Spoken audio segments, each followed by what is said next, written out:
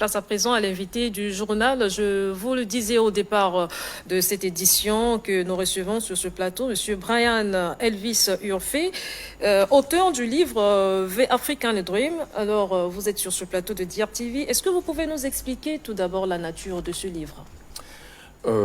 Merci encore une fois de plus pour votre accueil. Merci de m'associer à votre journal.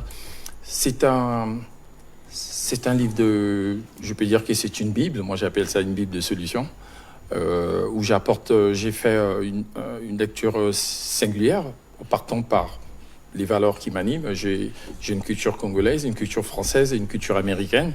J'ai voulu tout simplement déconstruire les clichés qu'il y a sur les Africains, sur l'Afrique. Parce que je ne vous fais pas dire les questions qu'on nous pose pour ceux qui ont grandi dehors. Pourquoi est-ce que vous avez des chaussures? Est-ce que vous mangez avec une assiette? Donc j'ai voulu montrer au monde ce qu'est l'Afrique. Parce que je pense que les clichés qu'on associe à l'Afrique, c'est les coups d'État, la corruption, l'aide humanitaire, la pauvreté. C'est ce qu'on montre à l'Afrique à l'extérieur. Donc j'écris un livre où j'apporte des solutions à tous les niveaux, au niveau institutionnel, au niveau des gouvernements, comment redynamiser notre croissance économique, comment inciter les jeunes vers l'entrepreneuriat et quelle est la solution pour accéder au développement en partant par l'économie contributive dont mes travaux sont basés dessus. Alors justement, quand nous lisons ce livre, Un continent face à sa destinée, nous constatons que vous avez justement proposé des solutions aux jeunes qui veulent prendre des risques à l'étranger. Alors, est-ce que vous pouvez nous dire quelles sont exactement ces solutions proposées pour réduire la dépendance économique vis-à-vis de l'Occident?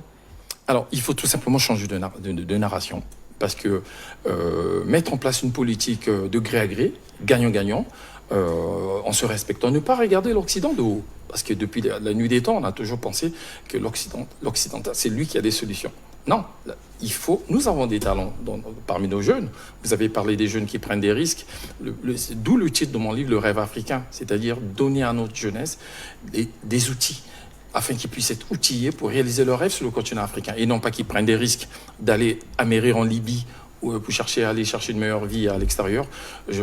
Il faut mettre en place des politiques qui ramènent des jeunes à l'emploi, en passant par la formation. Parce que le problème, il est là. Plus de 450 millions des Africains ne sont pas formés et n'ont pas accès à l'emploi. J'apporte des solutions pour essayer de tirer ce potentiel et leur donner des meilleurs moyens de se former et d'aller vers l'emploi. Et comment vous envisagez mobiliser la diaspora pour le développement africain? J'ai beaucoup parlé de la diaspora parce que je fais partie, je suis moi-même un fils de la diaspora. Je pense que cela doit partir par une politique, la mise en place d'une politique qui va ouvrir une nouvelle fenêtre à ces diasporas. Vous savez, on parle des assises nationales, on parle du dialogue national. Moi, j'ai une autre formulation. Il faut peut-être mettre en place un dialogue national entre les partis politiques, la jeunesse africaine, la jeunesse congolaise et la diaspora. Parce que la diaspora a des élites. On fait partie de ceux qui ont quand même une carrière, une vie et d'opinion. On a une expertise. Vous venez de voir un peu les travaux que j'apporte. Pourquoi ne pas échanger avec nos experts? Pourquoi écouter les experts qui viennent d'ailleurs? Donc, la diaspora a un rôle à jouer, mais il faut pour cela qu'on nous ouvre une fenêtre. Vous êtes banquier d'affaires et expert en finance internationale et gestion des risques. Vous avez eu déjà à travailler, selon les informations, avec d'autres pays africains, notamment la RDC, la Côte d'Ivoire, le Gabon. Vous êtes congolais de natif, mais pourquoi vous n'avez pas encore travaillé avec la République du Congo? Merci pour votre question, AMS, de le répéter. Effectivement, je suis congolais, je suis né à Blanche-Gomez.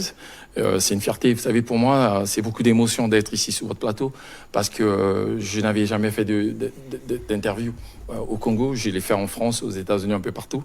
Et c'est beaucoup d'émotion. J'ai travaillé effectivement avec la Côte d'Ivoire, avec des membres du gouvernement, avec le gouvernement de la RDC, dont j'ai fait partie de la délégation qui a accompagné le président Tshisekedi à Paris. Et en fait, ensemble, il faut juste avoir des opportunités. Si le gouvernement congolais a besoin de moi, si des institutions de notre nation ont besoin des experts en finance pour collaborer, je serai disponible. Comment voulez-vous que je dise non à mon pays? Je ne dirai jamais non. Mais pour cela, il faut avoir je veux dire qu'on vous ouvre une fenêtre. Comment ce livre propose de tirer parti des relations économiques avec des puissances émergentes, notamment la Chine, puisque vous avez également parlé de la Chine dans votre livre? La Chine a une valeur très très important dans le nouveau monde d'aujourd'hui, parce que la Chine a recomposé les cartes, on va dire ça comme ça. Aujourd'hui, la Chine joue un peu ce rôle à la fois de prêteur, parce que la Chine est le seul pays qui finance encore les pays africains. La plupart des pays africains ont du mal à lever des capitaux. Hein, on l'a vu, c'est vrai que le Congo a fait une exception avec l'emprunt obligataire de 670 milliards que le gouvernement a récolté avec l'impulsion du président de la République, Denis Sassou Nguesso, qui a été vraiment quelque chose de formidable. Mais de nombreux pays ont du mal à lever des capitaux. Et la Chine joue un peu ce rôle de prêteur, continue à financer. Donc aujourd'hui, si on peut choisir des partenaires différents que des partenaires traditionnels comme la France, les États-Unis, je trouve que le monde aujourd'hui donne la liberté aux pays africains de choisir des nouveaux partenaires. Il y a des pays émergents qui sont bien. Pourquoi ne pas collaborer avec eux? On termine avec cette question. Vous êtes congolais, mais vous ne résidez pas ici. Non. Vous êtes ici juste pour un séjour. Alors, comment faire pour promouvoir ce livre? Quelles sont vos techniques? Alors, je vais faire un petit... je suis ici parce que j'ai eu un drame dans ma famille. Je suis venu enterrer une personne qui m'est chère, qui est mon père. Je viens au Congo pour enterrer mon père, mais je pars de là avec une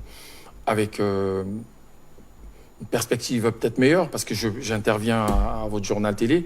Et puis, je vais faire la dédicace de mon livre ce samedi, pour répondre à votre question, à la FNAC de Brazzaville. Donc, j'invite des nombreux téléspectateurs, des jeunes, des Congolais, des intellectuels à venir échanger avec moi sur les sujets relatifs à la croissance économique. Votre présentation aura lieu où? À la FNAC, au Casino, à partir de 16h, ceux qui veulent acheter le livre. Et pour ceux qui l'ont déjà acheté, parce qu'il est déjà vendu depuis un moment, ça sera l'occasion de ramener pour qu'on puisse faire une dédicace. Merci, Monsieur Brian, d'être venu sur ce plateau. Je rappelle que vous êtes banquier d'affaires et expert en finance internationale et gestion des risques.